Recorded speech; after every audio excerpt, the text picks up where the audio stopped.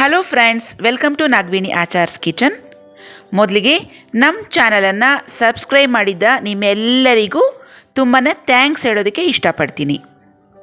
Hello friends, welcome to Nagveni Achar's kitchen. So ಇವತ್ತು ನಮ್ಮ Preetam birthday ಸಲುವಾಗಿ ವೆಜಿಟೇಬಲ್ ಪಲಾವ್ ಮಾಡ್ತಾ ಇದ್ದೀವಿ.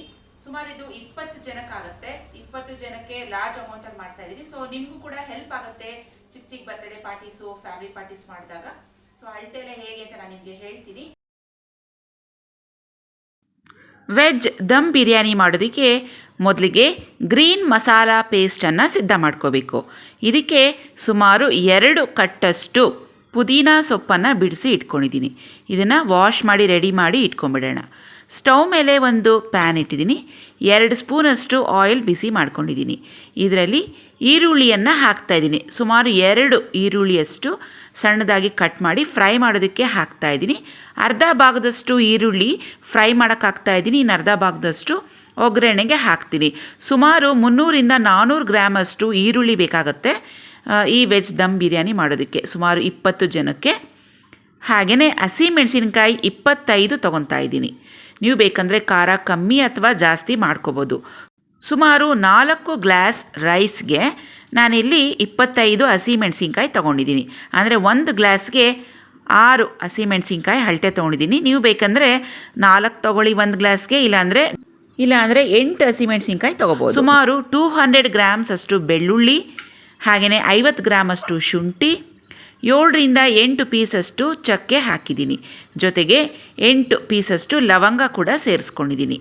ಸುಮಾರು ನೋಡಿ 1 ರಿಂದ 1.5 ಟೀ ಸ್ಪೂನಷ್ಟು ಸೋಂಪನ್ನು ಹಾಕ್ತಾಯಿದ್ದೀನಿ. ಸೋಂಪು ಹಾಕೋದ್ರಿಂದ ತುಂಬ ಟೇಸ್ಟ್ ಚೆನ್ನಾಗಿ ಬರುತ್ತೆ ವೆಜ್ ದಮ್ ಬಿರಿಯಾನಿದು. ಹಾಗೆಯೇ 2 ಪಲಾವ್ ಎಲೆ ಹಾಕ್ತಾಯಿದ್ದೀನಿ. ಇದಿಷ್ಟನ್ನು ಈಗ ಫ್ರೈ ಮಾಡ್ಕೊಳ್ಳೋಣ. ನೋಡಿ, ಪಲಾವ್ ಎಲೆನ 2 ಭಾಗಗಳಾಗಿ ಮಾಡಿಕೊಂಡು ಫ್ರೈ ಮಾಡ್ಕೊಳ್ಳಿ, ಇನ್ನೂ ಚೆನ್ನಾಗಿ ಫ್ರೈ ಆಗುತ್ತೆ. ಈಗ ಮಸಾಲೆ ಎಲ್ಲ ಚೆನ್ನಾಗಿ ಫ್ರೈ ಆಗಿದೆ. ಕೊನೆಯಲ್ಲಿ ಪುದೀನ ಹಾಗೂ ಕೊತ್ತಂಬರಿ ಸೊಪ್ಪನ್ನು ಹಾಕಬೇಕು.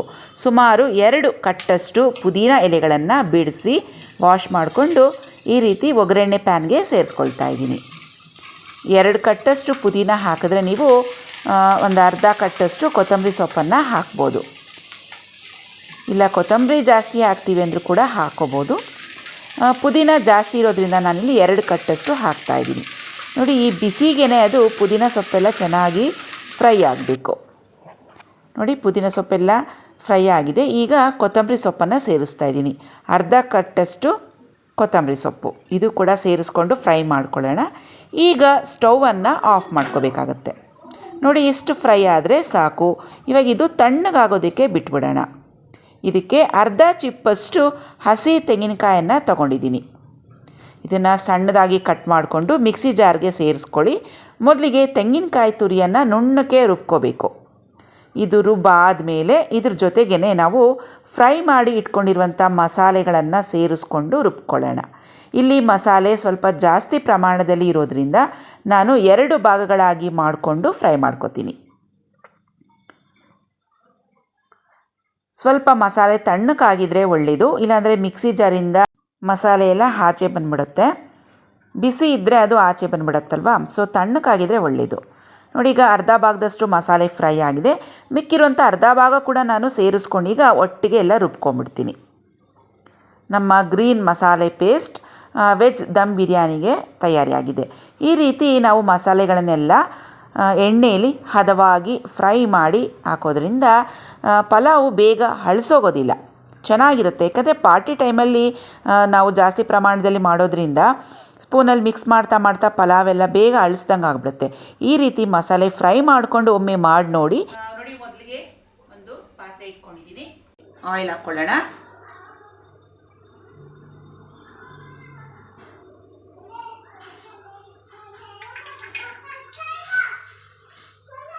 ಸುಮಾರು 100 ಗ್ರಾಮಷ್ಟು ಆಯಿಲ್ ಹಾಕಿದ್ದೀನಿ. ನೋಡಿ, ಪಲಾವ್ ಎಲೆ ತೊಗೊಂಡಿದ್ದೀನಿ. ಸೋಂಪು 1-2 ಸ್ಪೂನಷ್ಟು ತೊಗೊಂಡಿದ್ದೀನಿ.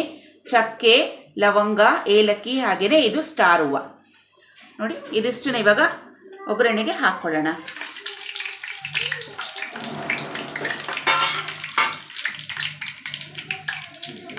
ಈಗ ಈರುಳ್ಳಿ ಹಾಕ್ತೀನಿ.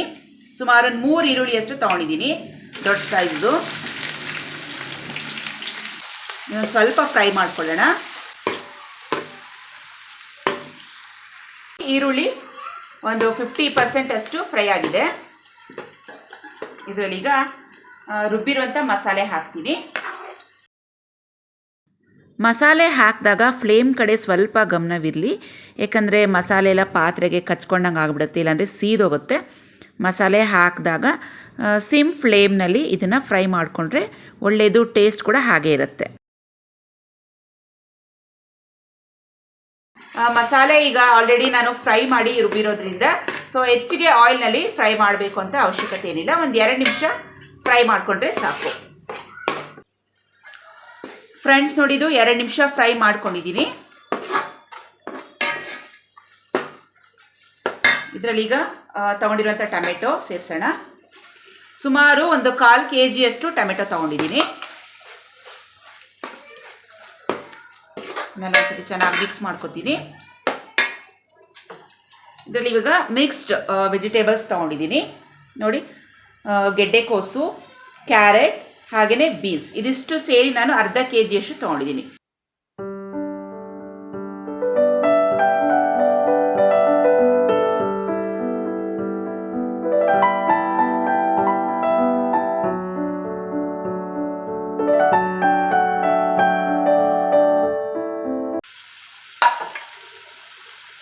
ಹಾಗೆಯೇ 2 ಆಲೂಗಡ್ಡೆ ತೊಗೊಂಡಿದ್ದೀನಿ. ಇದನ್ನು ಸಹ ಈಗ ಒಗ್ಗರಣೆಗೆ ಹಾಕ್ಕೊಳ್ಳೋಣ.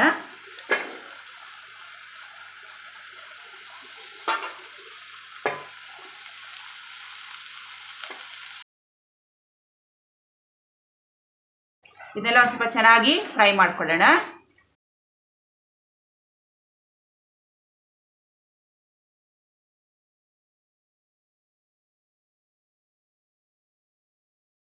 ಈಗ ಹಸಿ ಬಟಾಣಿ ಹಾಕ್ತಾಯಿದ್ದೀನಿ. ಸುಮಾರು 1/4 kg ಹಸಿ ಬಟಾಣಿ ಹಾಕ್ತಾಯಿದ್ದೀನಿ. ಈಗ ಹಸಿ ಬಟಾಣಿ ಸೀಸನ್ ಆದ್ದರಿಂದ ಹಾಕ್ತಾಯಿದ್ದೀನಿ. ಟೇಸ್ಟು ತುಂಬಾ ಚೆನ್ನಾಗಿರುತ್ತೆ. ಒಮ್ಮೆ ನೀವು ಹಾಕಿ ಇದೇ ಥರ ಮಾಡಿ ನೋಡಿ. ಸ್ವಲ್ಪ ಪುದೀನ ಹಾಕ್ತೀನಿ.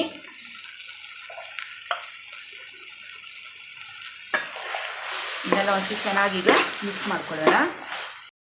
ಈ ಟೈಮಲ್ಲಿ ನೋಡಿ, ನಿಮಗೆ ಆಯಿಲ್ ಸ್ವಲ್ಪ ಕಮ್ಮಿ ಆಗಿದೆ ಅನಿಸಿದ್ರೆ ಮತ್ತೊಂದು 2 ಸ್ಪೂನಷ್ಟು ಆಯಿಲನ್ನು ಸೇರಿಸ್ಕೊಂಡು ಇದನ್ನು ಮಿಕ್ಸ್ ಮಾಡ್ಕೋಬೋದು. ಅಕಸ್ಮಾತ್ ಮಸಾಲೆ ಎಲ್ಲ ಪಾತ್ರೆ ಕಚ್ಕೊತಾ ಇದೆ ಅಂದಾಗ ಆಯಿಲ್ ಹಾಕ್ಕೊಳ್ಳಿ 2 ಸ್ಪೂನು, ಇಲ್ಲಾಂದರೆ ಒಂದು 1/4 ಗ್ಲಾಸಷ್ಟು ನೀರು ಕೂಡ ಹಾಕ್ಕೊಂಡು ಇದನ್ನು ಮಿಕ್ಸ್ ಮಾಡ್ಕೋಬೋದು. ಫ್ರೆಂಡ್ಸ್, ಈಗ ನೀರಿನ ಅಳತೆ ಹೇಳ್ತೀನಿ. ಈ ಗ್ಲಾಸಲ್ಲಿ 4 ಗ್ಲಾಸಷ್ಟು ರೈಸ್ ತೊಗೊಂಡಿದ್ದೀನಿ. 2 ಗ್ಲಾಸು ಸೋನಾ ಮಸೂರಿ ಅಕ್ಕಿ, 2 ಗ್ಲಾಸಷ್ಟು ಜೀರಾ ರೈಸ್, ಟೋಟಲ್ ಆಗಿ 4 ಗ್ಲಾಸಷ್ಟು ರೈಸ್ ತೊಗೊಂಡಿದ್ದೀನಿ. 4 ಗ್ಲಾಸ್ಗೆ 8 ಗ್ಲಾಸ್ ನೀರಲ್ವಾ, ಒಂದು ಅರ್ಧ ಗ್ಲಾಸಷ್ಟು ಕಮ್ಮಿ ಮಾಡ್ತೀನಿ, 7.5 ಗ್ಲಾಸ್ ಹಾಕೋಣ.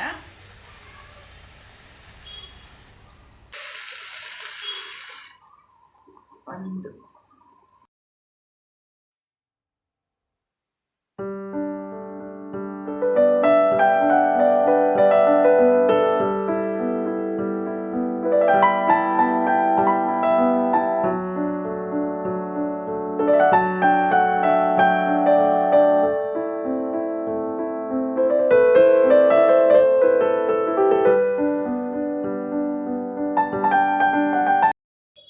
ಗ್ಲಾಸ್ ಹಾಕಿದ್ದೀನಿ. ಇನ್ನು ಮಿಕ್ಕಿರೋ ಅರ್ಧ ಗ್ಲಾಸು ಈ ಮಸಾಲೆಗೆಲ್ಲ ಮಿಕ್ಸ್ ಮಾಡಿ ಹಾಕ್ತೀನಿ.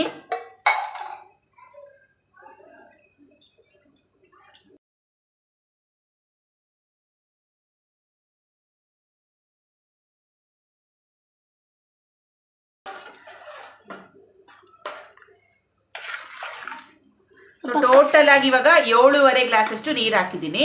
4 ಗ್ಲಾಸ್ ರೈಸ್ಗೆ ಒಂದು ಅರ್ಧ ಗ್ಲಾಸಷ್ಟು ನೀರು ಕಮ್ಮಿನೇ ಹಾಕಿದ್ದೀನಿ. ಈಗ ಇದಕ್ಕೆ ರುಚಿಗೆ ತಕ್ಕಷ್ಟು ಉಪ್ಪು, ಆನೆಯಿಂದ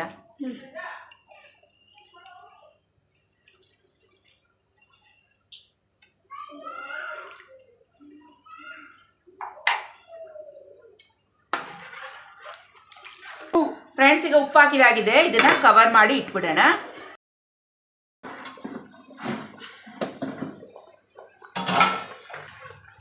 ನೋಡಿ, ನೀರು ಚೆನ್ನಾಗಿ ಕುದಿ ಬಂದಿದೆ.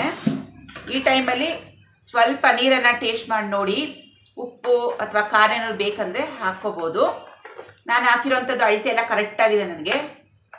ಸೊ ನಾನಿಲ್ಲಿ 4 ಗ್ಲಾಸ್ ರೈಸ್ಗೆ ಸುಮಾರು 25 ಹಸಿಮೆಣಸಿನ್ಕಾಯಿ ಹಾಕಿದ್ದೀನಿ. ಅಂದರೆ 1 ಗ್ಲಾಸ್ ಅಕ್ಕಿಗೆ 6 ಹಸಿಮೆಣ್ಸಿನ್ಕಾಯಿ ಥರ ಅಳತೆ ತೊಗೊಂಡಿದ್ದೀನಿ. ಟೋಟಲ್ ಆಗಿ 25 ಹಸಿಮೆಣ್ಸಿನ್ಕಾಯಿ ಹಾಕಿದ್ದೆ. ಖಾರ ಕರೆಕ್ಟಾಗಿದೆ, ತುಂಬ ಖಾರನೂ ಇಲ್ಲ ಕಮ್ಮಿನೂ ಇಲ್ಲ, ಮೀಡಿಯಮ್ ಆಗಿದೆ. ಸೊ ಮಕ್ಕಳ ಪಾರ್ಟಿ ಅಲ್ವಾ, ಮಕ್ಕಳು ಬರ್ತಾರೆ, ಕರೆಕ್ಟಾಗಿದೆ. ನಿಮಗೆ ಇನ್ನೂ ಜಾಸ್ತಿ ಬೇಕು ಅಂದರೆ ಇನ್ನೂ ಒಂದೆರಡು ಹಸಿಮೆಣ್ಸಿನ್ಕಾಯಿ ಹೆಚ್ಚಿಗೆ ಮಾಡ್ಕೋಬೋದು. ಅಂದರೆ 1 ಗ್ಲಾಸ್ಗೆ ನಾನು 1 ಗ್ಲಾಸ್ ಅಕ್ಕಿಗೆ 6 ಹಸಿಮೆಣ್ಸಿನ್ಕಾಯಿ ಹಾಕಿದ್ದೀನಲ್ವಾ, ಈ 1 ಗ್ಲಾಸ್ಗೆ 8 ಹಸಿಮೆಣ್ಸಿನ್ಕಾಯಿ ಕೂಡ ಹಾಕ್ಕೋಬೋದು. ನೋಡಿ ಈ ಗ್ಲಾಸ್ ಸುಮಾರು ಇದು 300 ಗ್ರಾಮ್ಸ್ ಅಷ್ಟಿದೆ ಗ್ಲಾಸ್ ಅಕ್ಕಿ. 1/4 kg ಅಂತ ಇಟ್ಕೊಳ್ಳೋಣ. 1/4 kg ಅಕ್ಕಿಗೆ 5 ಹಸಿಮೆಣ್ಸಿನ್ಕಾಯಿ ಕರೆಕ್ಟ್ ಆಗುತ್ತೆ ಅಳತೆ. ಹಂಗಾರು ನೀವು ಅಳತೆ ಇಟ್ಕೋಬೋದು. ಸೊ ನೀರು ಚೆನ್ನಾಗಿ ಕುದ್ದಿದೆ. ಇವಾಗ ಅಕ್ಕಿಯನ್ನು ಹಾಕ್ತೀನಿ.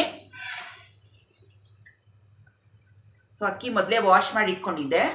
ಕಡಿಸು ಬಿಚ್ಚು. ರೈಸನ್ನು ಹಾಕೋಣ.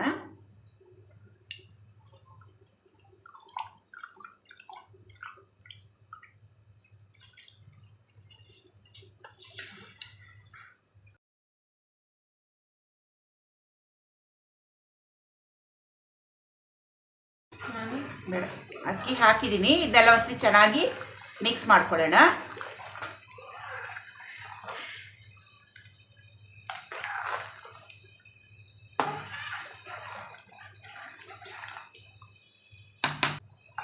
ಟೊಮೆಟೊ ಕಮ್ಮಿ ಹಾಕಿದ್ದೀನಿ. ಟೊಮೆಟೊ ಹಾಕಿದ್ರೆ ಬರೀ ಟೊಮೆಟೊದೇ ಕಲರ್ ಬಿಟ್ಕೊಂಡ್ಬಿಡುತ್ತೆ. ಸೊ ನಮಗೆ ಗ್ರೀನ್ ಕಲರ್ ಪಲಾವ್ ಬೇಕಾಗಿದೆ, ಅದರಿಂದ ನಾನು ಟೊಮೆಟೊ ಕಮ್ಮಿ ಹಾಕಿದ್ದೆ. ಹುಳಿಗೋಸ್ಕರ ಒಂದು ಅರ್ಧ ನಿಂಬೆಹಣ್ಣು ಹಾಕ್ತಾ ಇದ್ದೀನಿ. ನೀವು ಟೊಮೆಟೊ ಜಾಸ್ತಿ ಹಾಕಿದ್ರೆ ನಿಂಬೆಹಣ್ಣು ಹಾಕುವಂಥ ಅವಶ್ಯಕತೆ ಇರಲ್ಲ. ಒಂದು ಅರ್ಧ ಹಾಕೋಣ, ನಿಂಬೆಹಣ್ಣಿನ ರಸ ಚೆನ್ನಾಗಿರುತ್ತೆ. ಸ್ವಲ್ಪ ಮೇಲಿಂದ ಪುದೀನ ಸೊಪ್ಪನ್ನು ಹಾಕೋಣ.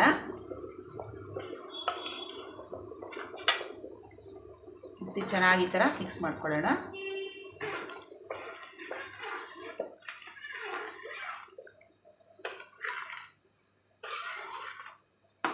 ಪ್ಲೇಟ್ ಮುಚ್ಚಿಟ್ಬಿಡ್ತೀನಿ. ಈಗ ಮುಚ್ಚಿಟ್ಟು 1 ವರ್ಷ ಆದ್ರೂ ತೆಗಿಯಲ್ಲ. ಓಪನ್ ಮಾಡಿ ನೋಡೋಣ.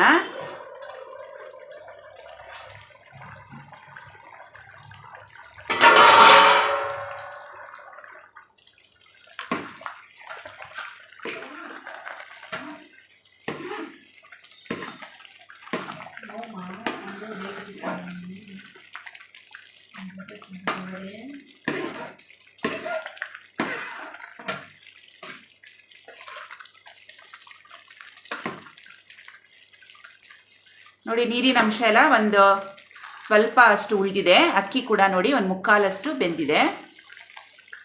ಇನ್ನು ಸ್ವಲ್ಪ ಇದನ್ನು ಇನ್ನು 1 ನಿಮಿಷ ಇದನ್ನು ಮುಚ್ಚಿಡೋಣ.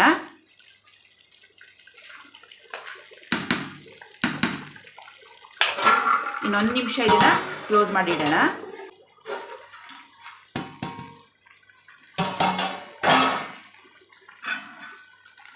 ಫ್ರೆಂಡ್ಸ್ ನೋಡಿ ಒಂದು 80% ಅಷ್ಟು ಬೆಂದಿದೆ. ಇನ್ನು ಸ್ವಲ್ಪ ನೀರಿನ ಅಂಶ ಇದೆ. ಇದನ್ನ ಇವಾಗ ದಮ್ ಮಾಡಿಬಿಡೋಣ. ದಮ್ ಕಟ್ಟೋದು ಹೇಗೆ ಅಂತ ತೋರಿಸ್ತೀನಿ.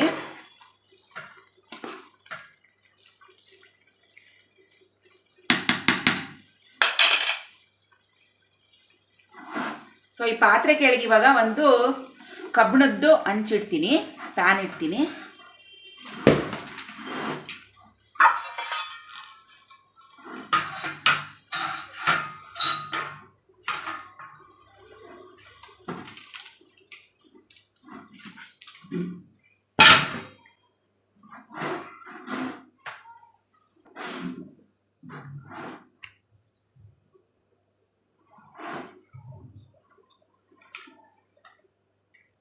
ಮೇಲಿಂದ ಒಂದು 2 ಸ್ಪೂನಷ್ಟು ತುಪ್ಪ ಹಾಕ್ಬಿಡ್ತೀನಿ. ತುಪ್ಪ ಆಪ್ಷನಲ್ ಅಷ್ಟೇ, ಹಾಕಿದ್ರೆ ಟೇಸ್ಟ್ ಚೆನ್ನಾಗಿ ಬರುತ್ತೆ. ಇದನ್ನು ಒಂದು ಪ್ಲೇಟ್ ಹಾಕಿ ಕವರ್ ಮಾಡಿಬಿಡೋಣ. ಸಿಮ್ ಫ್ಲೇಮ್ನಲ್ಲಿ 8 ರಿಂದ 10 ನಿಮಿಷ ಇಟ್ಬಿಡೋಣ. ತುಂಬ ಕಮ್ಮಿ ಫ್ಲೇಮ್ನಲ್ಲಿ 8 to 10 ಮಿನಿಟ್ಸ್ ಇಟ್ಬಿಡೋಣ. ಆಮೇಲೆ ನಿಮಗೆ ತೋರಿಸ್ತೀನಿ. ಇದು 8 ರಿಂದ 10 ನಿಮಿಷ ದಮ್ ಕಟ್ಟಿದ್ಮೇಲೆ ಅದನ್ನು ಹಾಗೆ ಇಟ್ಬಿಡೋಣ. ಮತ್ತೊಂದು 10 ನಿಮಿಷ ಪ್ಲೇಟನ್ನು ಓಪನ್ ಮಾಡೋದಕ್ಕೆ ಹೋಗಬೇಡಿ. ಸುಮಾರೊಂದು 20 ನಿಮಿಷ ಆಗುತ್ತೆ ಟೋಟಲ್. ಸ್ಟವ್ ಮೇಲೆ ಸಿಮ್ ಫ್ಲೇಮಲ್ಲಿ 10 ನಿಮಿಷ, ಸ್ಟವ್ವಿಂದ ಕೆಳಗೆ ಇಳಿಸಿದ್ಮೇಲೆ ಮತ್ತೊಂದು 10 ನಿಮಿಷ ಹಾಗೆ ಇಟ್ಬಿಡೋಣ. ಇದು ಸಂಪೂರ್ಣವಾಗಿ ತಣ್ಣಕ್ಕೆ ಆದಮೇಲೆ ನಾವು ಮಿಕ್ಸ್ ಮಾಡಬೇಕು. ಬಿಸಿಲಿ ಮಿಕ್ಸ್ ಮಾಡೋಕ್ಕೆ ಹೋದರೆ ಸ್ವಲ್ಪ ಮುದ್ದೆ ಥರ ಆಗಿಬಿಡುತ್ತೆ. ಆದ್ದರಿಂದ ಇದೊಂದು ಸ್ವಲ್ಪ ಆರಿದ ಮೇಲೆ ಒಂದು ಸೈಡಿಂದನೇ ಮಿಕ್ಸ್ ಮಾಡ್ಕೊಳ್ತಾ ನೀವು ಇದನ್ನು ಸರ್ವ್ ಮಾಡಬೇಕಾಗತ್ತೆ. ಯಾಕಂದರೆ ಫುಲ್ಲು ಹಾಕಿ ಕಲಿಸ್ಬಾರ್ದು. ಬಿಸಿಲಿ ಕಲಿಸಿದ್ರೂ ಅಳಿಸ್ದಂಗೆ ಆಗಿಬಿಡುತ್ತೆ. ಜಾಸ್ತಿ ಪ್ರಮಾಣದಲ್ಲಿ ಮಾಡುವಾಗ ಇವೆಲ್ಲ ನಾವು ಕೇರ್ ತೊಗೋಬೇಕಾಗತ್ತೆ. ಸೊ ಫ್ರೆಂಡ್ಸ್, ಇವತ್ತಿನ ಈ ವಿಡಿಯೋ ನಿಮಗೆ ಖಂಡಿತವಾಗಿಯೂ ಇಷ್ಟ ಆಗಿದೆ ಅಲ್ವಾ? ಸೊ ನಮ್ಮ ಚಾನಲನ್ನು ಸಬ್ಸ್ಕ್ರೈಬ್ ಮಾಡಿದ ಎಲ್ಲರಿಗೂ ತುಂಬ ಥ್ಯಾಂಕ್ಸ್ ಹೇಳ್ತೀನಿ. ಮತ್ತೆ ಭೇಟಿಯಾಗೋಣ ನಮ್ಮ ಮುಂದಿನ ವಿಡಿಯೋದಲ್ಲಿ. ಅಲ್ಲಿವರೆಗೂ take care and bye friends.